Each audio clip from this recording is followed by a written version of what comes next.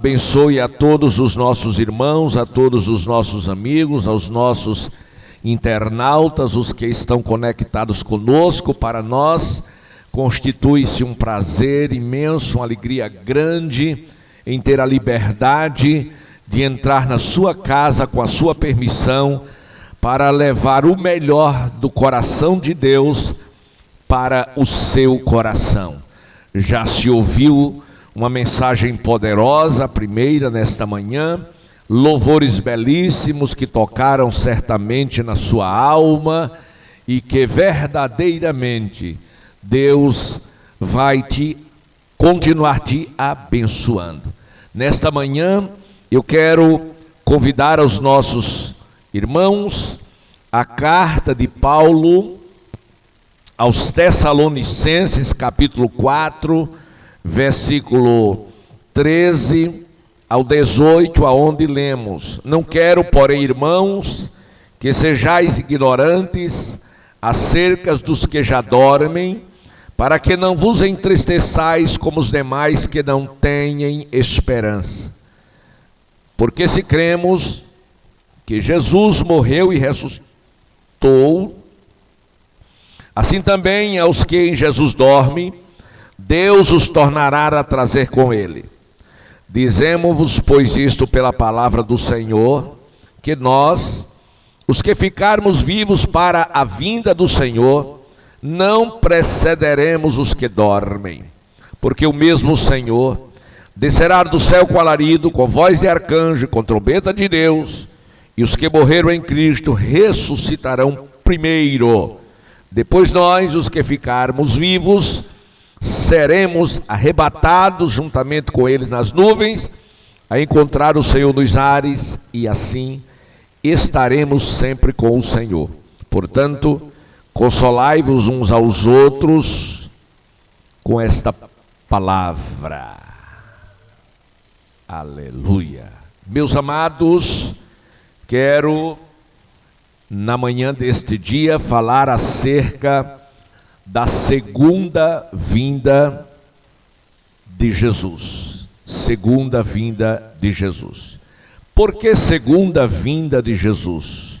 Porque ele já veio primeira vez e virá a segunda conforme as profecias bíblicas. Ele veio a primeira vez para cumprir uma promessa profética de Deus lá no Éden por ocasião da queda.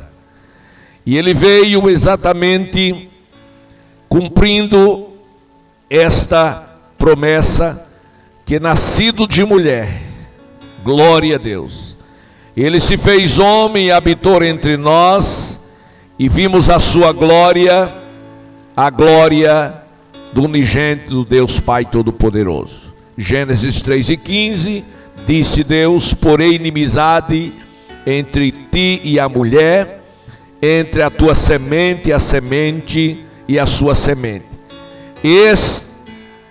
Esta te ferirá a cabeça, e tu lhe ferirás o calcanhar.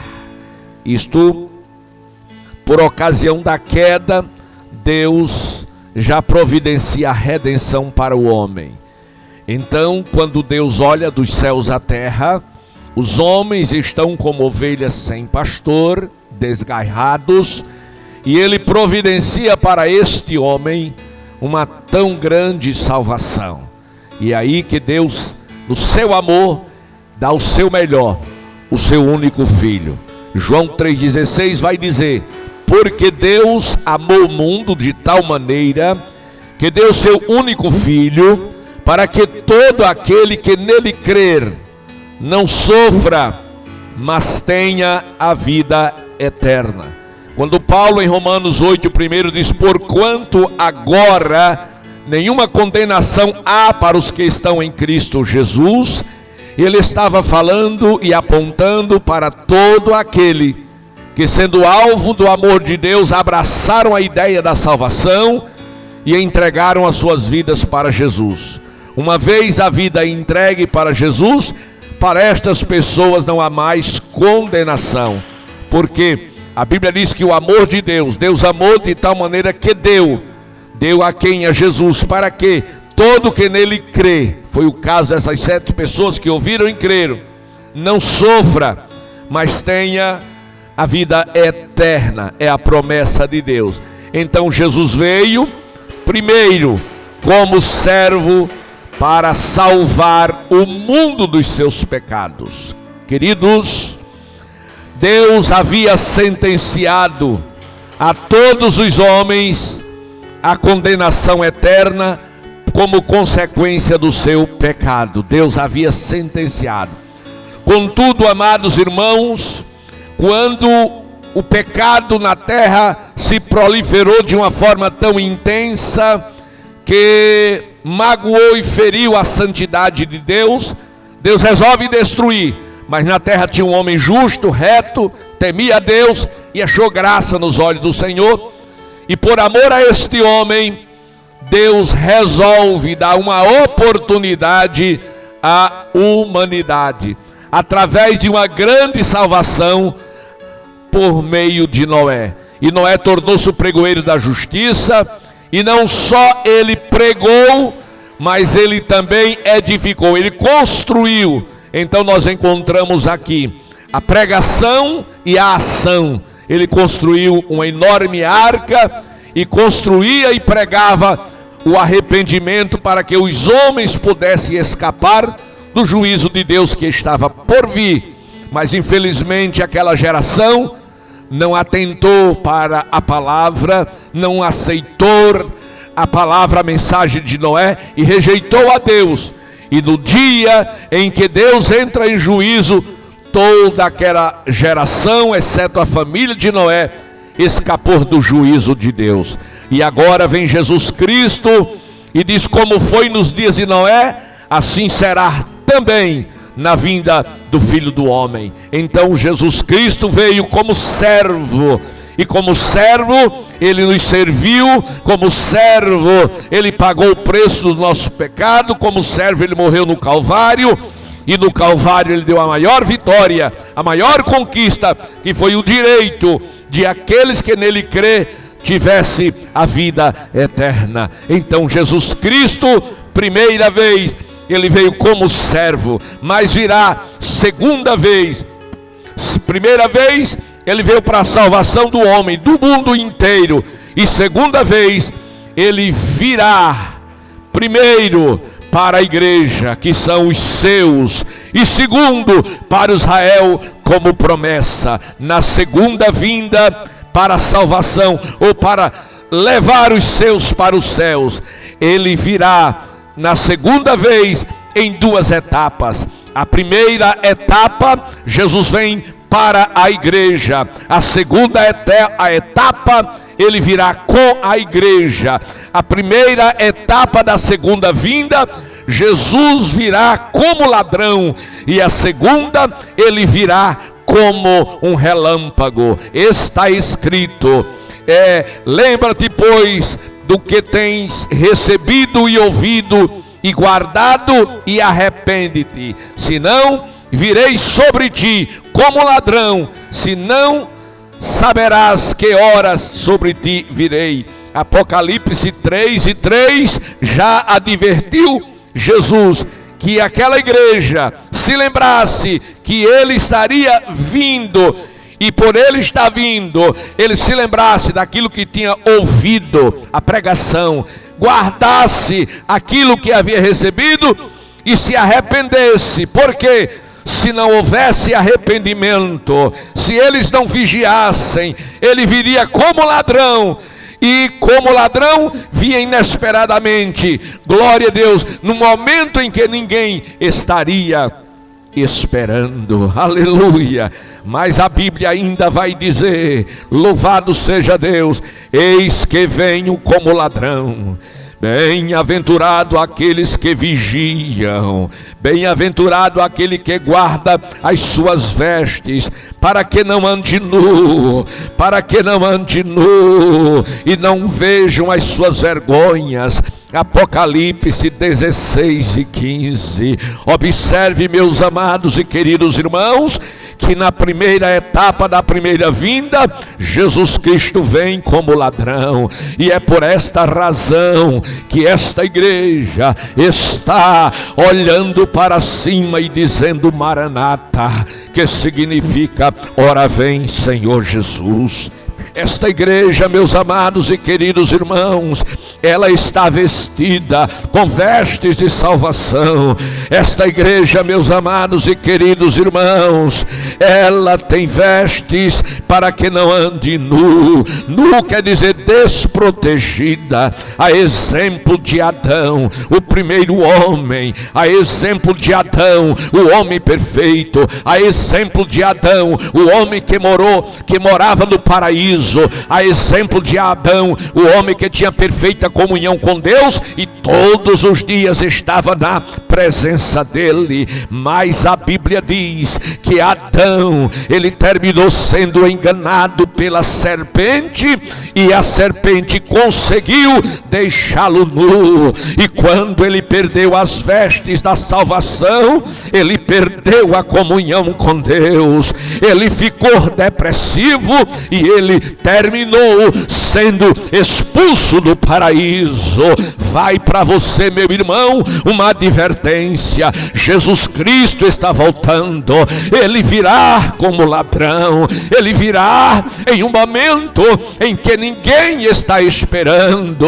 Os discípulos na sua geração já se preocupavam com este assunto e procuraram ao Senhor Jesus para saber exatamente quando seria o dia e qual seria a hora. E na época Jesus olhou para eles e disse: olha, nem os anjos do céu, nem o Filho do Homem sabe, mas unicamente o meu Pai que está nos céus. Mas o que o Senhor quis dizer era: o que vocês precisam não é saberem nem o dia e nem a hora, vocês precisam mesmo é estarem preparados para que quando chegar aquele dia vocês possam ser levantados no poder do Espírito Santo a me encontrar nos ares. Louvado seja o nome do Senhor.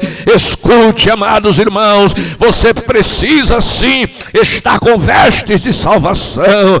Veste fala de pureza, veste fala de proteção de Deus, veste fala de comunhão com Deus. A Bíblia diz, vai nos dizer que Adão lá no Éden, ele tinha comunhão com Deus, mas amados e queridos irmãos, porque tinha vestes de salvação.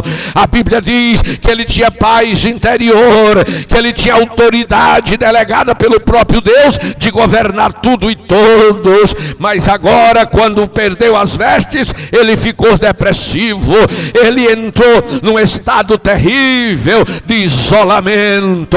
Quando uma pessoa entra em depressão, a primeira coisa que quer é ficar só, é não ouvir nem falar com ninguém. Foi o que aconteceu com ele, e o próprio Deus o procurou e ele se escondeu, e daí nasceu a depressão, meus amados irmãos. E como consequência do seu pecado, ele foi expulso do paraíso. Porém, não foi o fim de todas as coisas, porque entrou aí a misericórdia de Deus. Deus havia, em primeiro lugar, dito ao homem que ele não comesse do fruto da árvore que estava no meio do paraíso, porque se ele comesse, certamente ele morreria. A sentença era de morte. Paulo vai dizer que o salário do pecado é a morte, e se você peca, você se separa de Deus, e essa separação de Deus chama-se morte, chama-se pecado. Louvado seja o nome do Senhor. Então disse Deus que ele não comesse, e o que aconteceu? Que a serpente era mais astuta que todas as animarias do campo que o seu Deus tinha feito. Gênesis 3:1. E a serpente disse à mulher: é assim que Deus disse, não comereis de toda a árvore do jardim? Ora, a serpente estava batendo um papo, estava conversando com a mulher. Por que a serpente estava conversando com a mulher? Porque a mulher estava no lugar errado. Quando o homem está no lugar errado, ele vai sim sempre se deparar com a serpente. Louvado seja o nome do Senhor. Tenha muito cuidado, você que está me ouvindo, com os lugares perigosos, porque os lugares perigosos você pode cair e pecar contra Deus. Então a mulher estava no lugar errado, conversando com a pessoa errada. A Bíblia diz que as más conversações corrompem os bons costumes. E agora a mulher disse à serpente: do fruto da árvore do jardim comeremos. A serpente disse, Deus disse: não comereis de toda a árvore do jardim. A primeira coisa que a serpente vai fazer é tentar, para enganar os que conhecem a Deus, tentar mudar o que Deus fala através da sua palavra. Hoje não é diferente. As pessoas dizem que os crentes são fanáticos, que os crentes são alienados. Isto é a voz da serpente, isto é a voz do diabo. E a mulher disse: não, Deus não disse isso. Ele falou que somente a árvore do meio, que está no meio, dessa nós não podemos comer, porque se nós comer a gente morre. Ele disse: não, Deus disse que você não pode nem tocar para não morrer. A serpente disse à mulher: certamente você não vai morrer.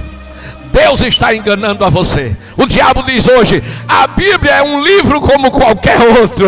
É mentira de Satanás. A Bíblia não é um livro, a Bíblia é o livro de Deus, a carta magna, a revelação, a voz de Deus, aqueles que querem ouvir. Aleluia, aleluia, aleluia. Paulo vai dizer: a palavra de Deus é loucura para os que perecem, mas para nós que somos salvos é o poder de Deus. Aleluia. Meus amados e queridos irmãos, a serpente pega o fruto e degusta, ela come e diz: olha aí, tá vendo que não é verdade o que Deus falou? Eu comi, mas eu não morri.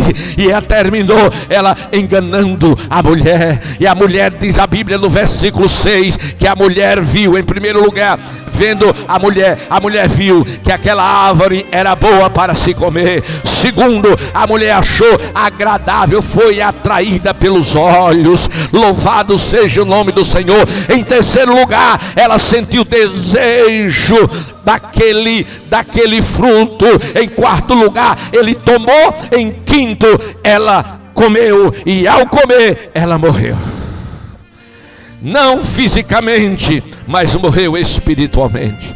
Mas quando chega o seu marido, ela ainda sob o efeito da ilusão da serpente, ela engana o marido também come e morre.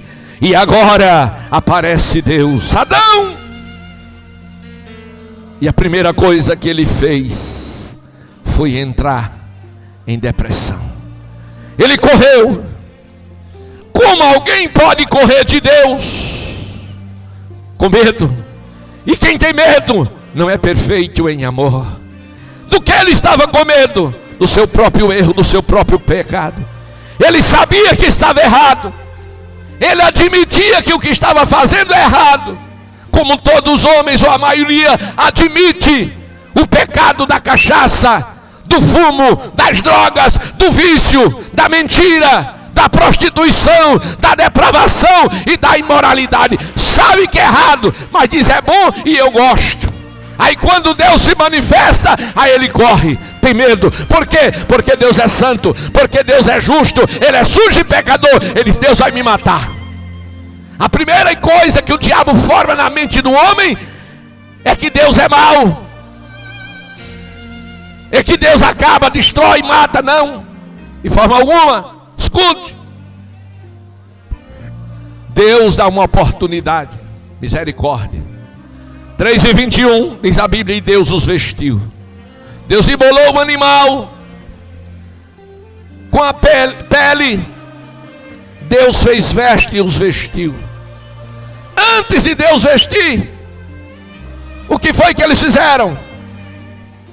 pegaram folha de figueira e fizeram uma vestes para se cobrir, mas descobriram que vestes de folhas de figueira não cobrem nudez. Aquelas vestes que eles tentaram se cobrir, fala daqueles que tentam se esconder do pecado por trás das religiões, por trás das filosofias de vida, por trás das boas obras. Escute, filosofia nova de vida ou diferente não salva, obras não salva, igreja, religião não salva. Só quem salva é Jesus, e só quem perdoa, purifica o pecado é o sangue de Jesus Cristo. Oh glória! Então ele veio para isso, buscar e salvar os que se havia perdido. E no mundo inteiro nós temos os salvos dando glória e aguardando a segunda vinda. Terminando a sua missão no Monte das Oliveiras, ele foi assunto aos céus aos olhos de quase 500 pessoas que o viram subindo lentamente, eles perplexos, estupefatos, olhando para ele, sendo ocultado em uma nuvem, e os anjos de Deus que descia e dizia para eles: varões galileus, por que vocês estão olhando assim para cima? Este mesmo Jesus que dentre vós foi tirado, desta mesma maneira que vocês viram ele sair do meio de vós, desta mesma maneira vocês virão ele descendo. Estava apontando para a segunda vinda de Jesus Cristo em glória com a igreja. Estava apontando para o advento da segunda vinda, da sua segunda etapa, onde a primeira é para a igreja, é um rapto, é como ladrão, mas a segunda etapa é como relâmpago, e vai estar escrito assim: assim como o relâmpago sai do oriente e se mostra no ocidente, assim será também a vinda do Filho do Homem. Jesus Cristo vai voltar, e estamos aqui aguardando a sua volta como igreja, como noiva, para encontrá-lo nos ares. Pastor, o que fazer para encontrar Jesus? Para concluir, chegamos no tempo.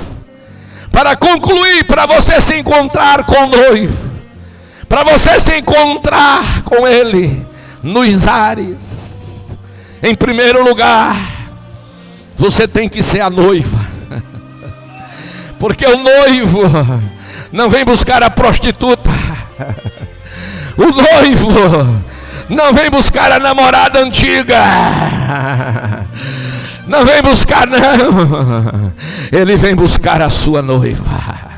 É por isso que ele não vem para Israel, o amor antigo, ele vem para a noiva, vem para a igreja. Em primeiro lugar, você tem que ser noiva. E para ser noiva, tem que ter vestes especiais. Uma noiva no dia do seu casamento, ela não chega de chinelo, ela não chega de mini saia, ela não chega desarrumada, ela não chega suja, não, ela chega de branco, ela chega com roupas compridas, ela chega como noiva que é peculiar. Aleluia. Então, em primeiro lugar, você tem que ser a noiva. Em segundo lugar, deve estar vestida com vestes de salvação, com a justiça de Deus. Ah, pastor, mas todos somos pecadores. Não, senhor, alto lá. Todos somos pecadores. Alto lá, alto lá. Está escrito: qualquer pessoa que disser que não tem pecados é mentiroso. Olha aí, pastor, o senhor mesmo está confirmando que somos pecadores, mas também está escrito que quem peca é do diabo. Pastor, então há uma contradição. Não, não há uma contradição. Deixa eu te explicar. Escute, ninguém pode dizer que não peca. Por quê? Porque estamos no corpo de carne, estamos no mundo, e sempre podemos haver falhas. Falhamos, pensamentos, uma palavra, qualquer coisa. não intencionada, nós podemos pecar. Aí nesse particular, somos pecadores, aleluia. Mas quem peca do diabo são aquelas pessoas que têm prazer no pecado. Então quem tem prazer no pecado, este sim é verdadeiramente um pecador. E quem não tem prazer no pecado, este é um santo. Santo como? Separado do pecado. Pode até errar, pode até pecar, mas é santo. Por quê? Porque não tem prazer no pecado. Se você na sua casa entendeu, dê um glória para Jesus, para o teu vizinho acordar para esta grande realidade. Então a noiva está esperando o noivo para este encontro maravilhoso chamado arrebatamento. Na primeira fase, que ele vem como ladrão. E para que haja esse encontro, três coisas a noiva precisa: primeiro sair, segundo servir e terceiro subir.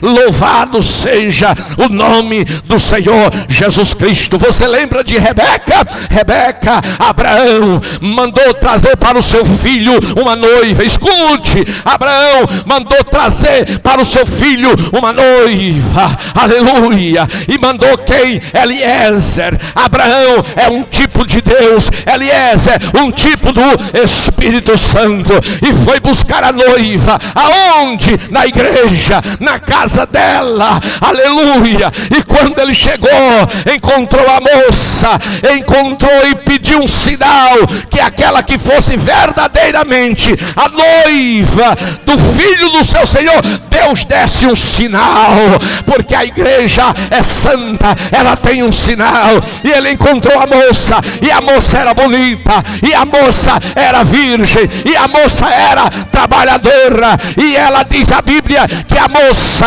ela pegou o seu cântaro. Em primeiro lugar, ela desceu. Em segundo lugar, ela encheu. Em terceiro lugar, ela subiu. Isso fala da noiva, isso fala da igreja. Primeiro a igreja desce na humilhação, desce na presença de Deus, aprende tudo sobre humildade. Depois vai aonde isso acontece? Acontece no Calvário. Desce pelo arrependimento, desce para se encontrar com o Senhor. E depois sobe, enche, sobe. Aonde é que se enche e sobe? É no Pentecostes, é a vida cheia do Espírito Santo.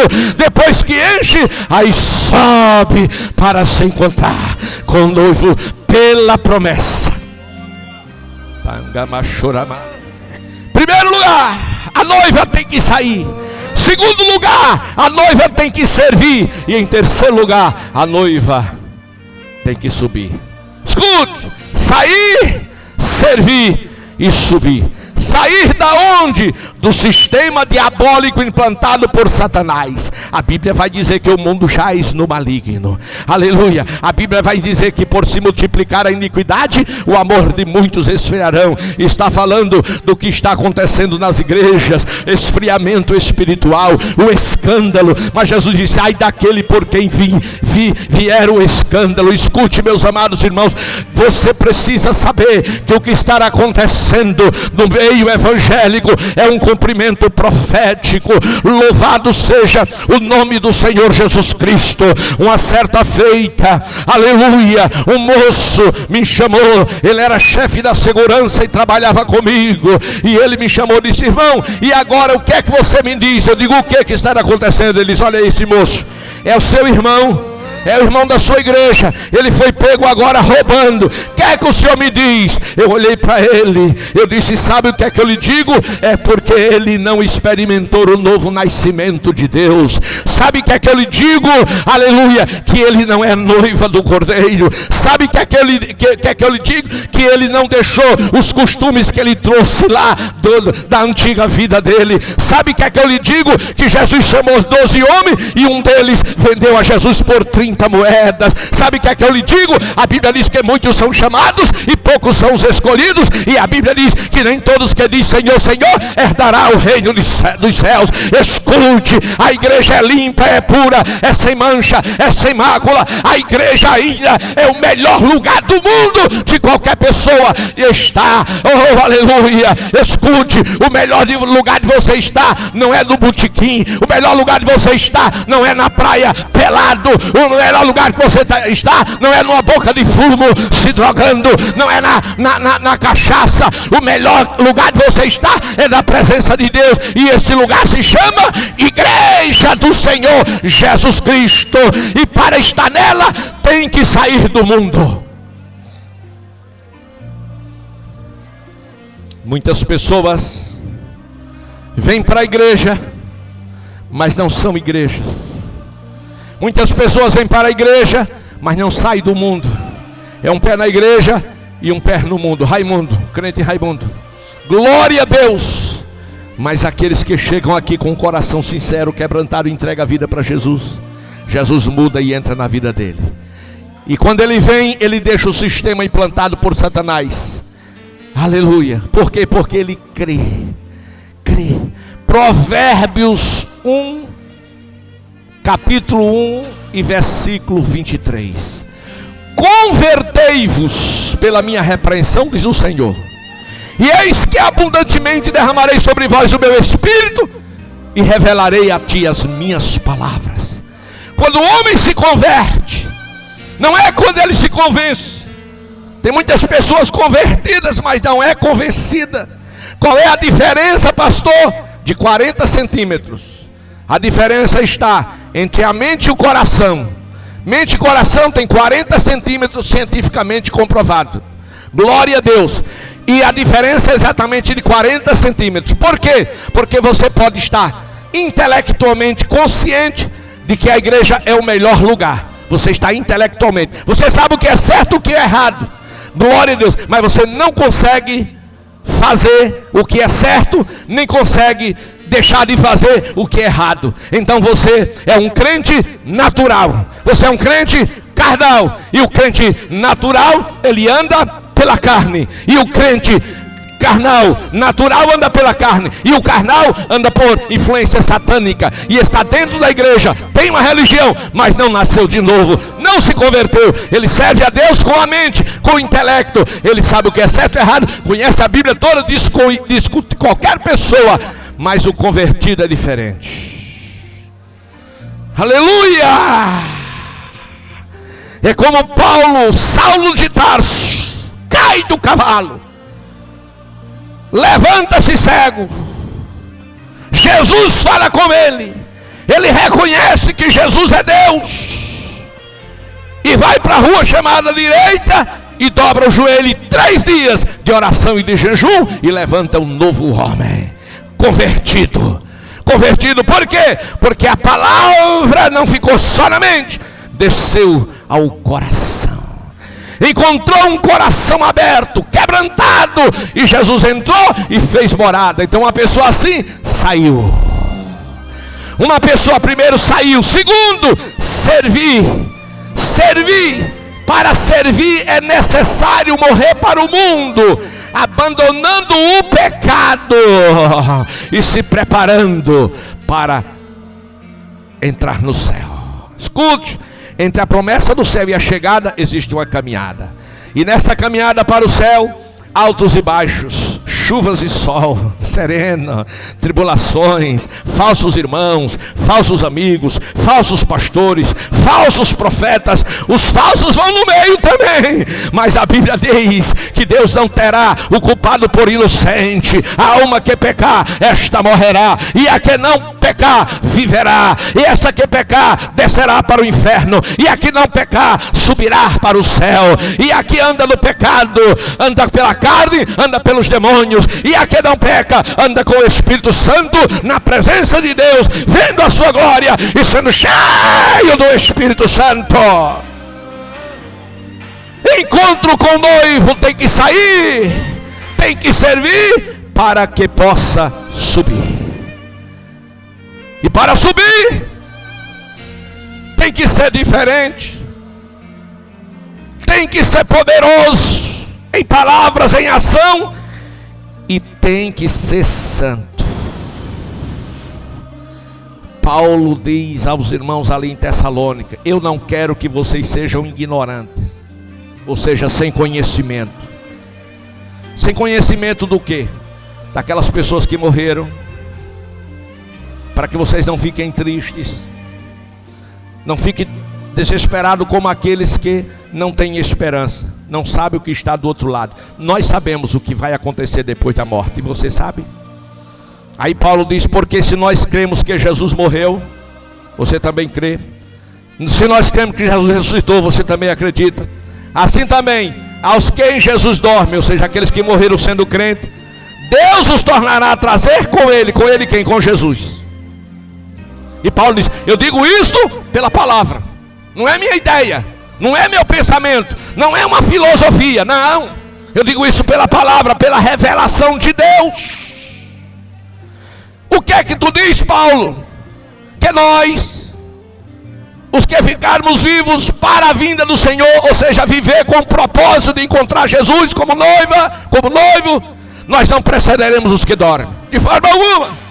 Nós não vamos encontrar primeiro do que os que já morreram em Cristo, morreram salvos. Por quê? Porque quando o Senhor descer do céu, Ele vai descer com alarido, com voz de arcanjo, com a trombeta de Deus, e quem morreu em Cristo vai ressuscitar primeiro, aleluia. Quando Ele deixar o seu trono, escute, deixar o seu trono de glória, quando a trombeta tocar, a primeira coisa vai ser os crentes que eu enterrei na sua maioria, aleluia. Eles primeiro se encontrarão com o Senhor Jesus Cristo nos ares. E nós, Rio Largo para o Senhor Jesus, é o projeto Vida. Pastor, e o Rio Largo vai ficar em desespero. Por quê? Porque os irmãos, os moradores desta cidade, acostumados com esse barulho e os gritos desses malucos, quando eles chegaram na porta da igreja, uma igreja lotada em festa, aquele barulhão, de repente, quando eles olharem, o silêncio, meia dúzia olhando para um lado, para outro, atônito, sem saber o que foi que aconteceu, e nós nas nuvens encontrando Jesus Cristo nos ares, para estar para sempre com Ele. O que aconteceu, pastor? Nós subimos, porque temos promessa de Deus. Oh, aleluia! E por que subimos? Porque nós andamos com Deus, como Noé andou com Deus, como Enoque andou com Deus, aleluia. E que Deus lhe ajude a partir deste momento, você andar com Deus para subir também. Se você quer andar com Deus a partir de agora, para subir, deixe seu like ali, diga: eu quero, pastor, eu quero Jesus. 7 pessoas hoje já disseram sim para Jesus. Eu quero dar uma boa notícia para você que disse sim para Jesus. Se a trombeta tocar agora, ou ainda hoje, você vai subir, e nós nos encontraremos com Ele nos ares como promessa. E agora eu quero saber você, que não tomou a sua decisão. Eu quero saber se você quer tomar a sua decisão agora. Se você quiser, dê o seu like, diga: eu quero, pastor. Eu não quero ficar aqui para a grande tribulação. Eu falei da segunda vinda de Cristo, a primeira fase, mas ainda há a segunda. Entre a primeira e a segunda, louvado seja o nome do Senhor.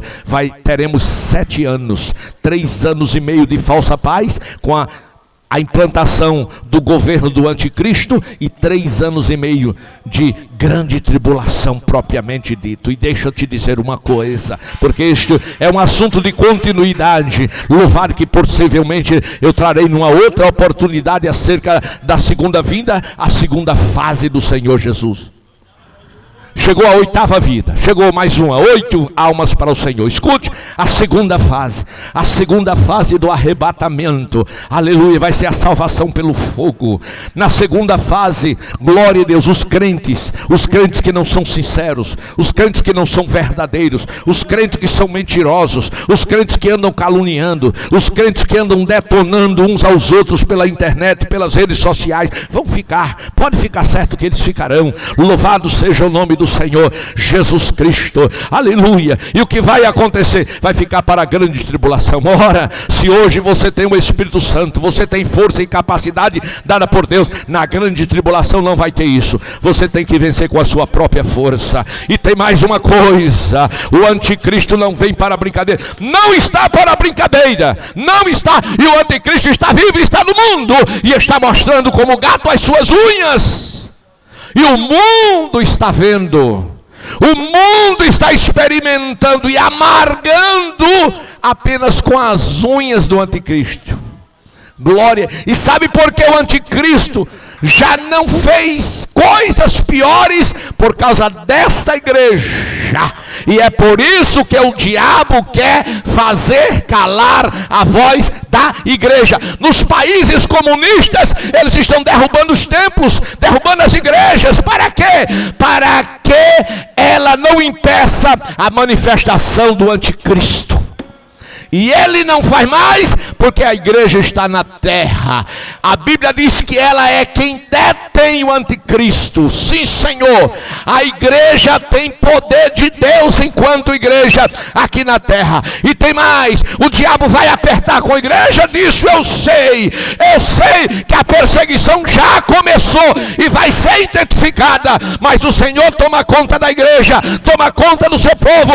E quando a gente não der mais pra gente, a gente não suportar, porque Deus só permite a luta até onde você tiver condição de suportar. Quando você não tiver, aí Deus: meu filho, desce. E quando o pai disser desce, a trombeta toca. E eu, quem vai subir comigo? Alegoma chorama. Quem quer ser crente? Quem quer ser crente, aceita Jesus aonde você estiver, em qualquer parte da terra. É você, cachorro, que amarraia. Você que está ouvindo essa mensagem ao vivo agora, tome a sua decisão. E você que não estava ao vivo hoje, mas essa mensagem será replicada e em muitas outras oportunidades você vai ouvir. Você tome a sua decisão antes que seja tarde demais. Marinho, oh glória. Xandareaçoquemaná.